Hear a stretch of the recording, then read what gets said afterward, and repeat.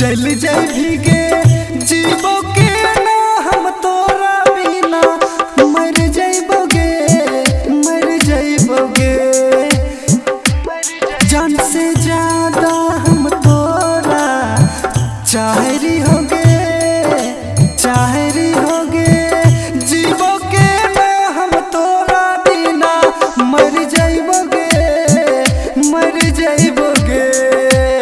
क्यों मुझे बदला, क्यों बनाया मुझे ऐसा, क्यों दिखाई मुझे वो खुशियां वो प्यार, ताकि आज तुम मुझसे कह सको कि वो सब झूठ था और सच ये है कि आज तुम किसी और की बनना चाहती हो। डीजे कंचन राज हाजीपुर वैशाली।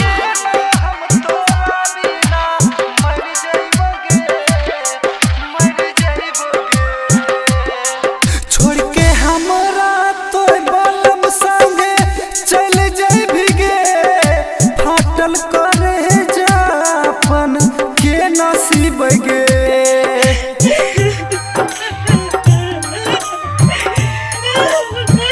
दिलवा हमरा तो छुरी चलाई देल गे जखम भरल से भरे नहीं बढ़ जाई छै गे बढ़ जाई छै गे।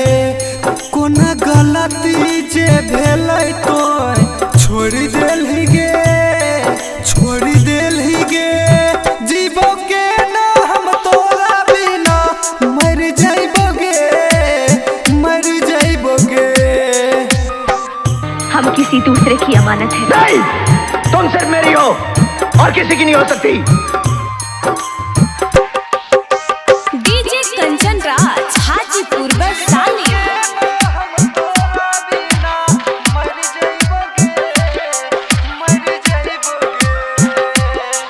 राइटर बिरकी से मुहावा तो मोर लेल गे गायक मिथुन से नाता जोड़ लेल गे।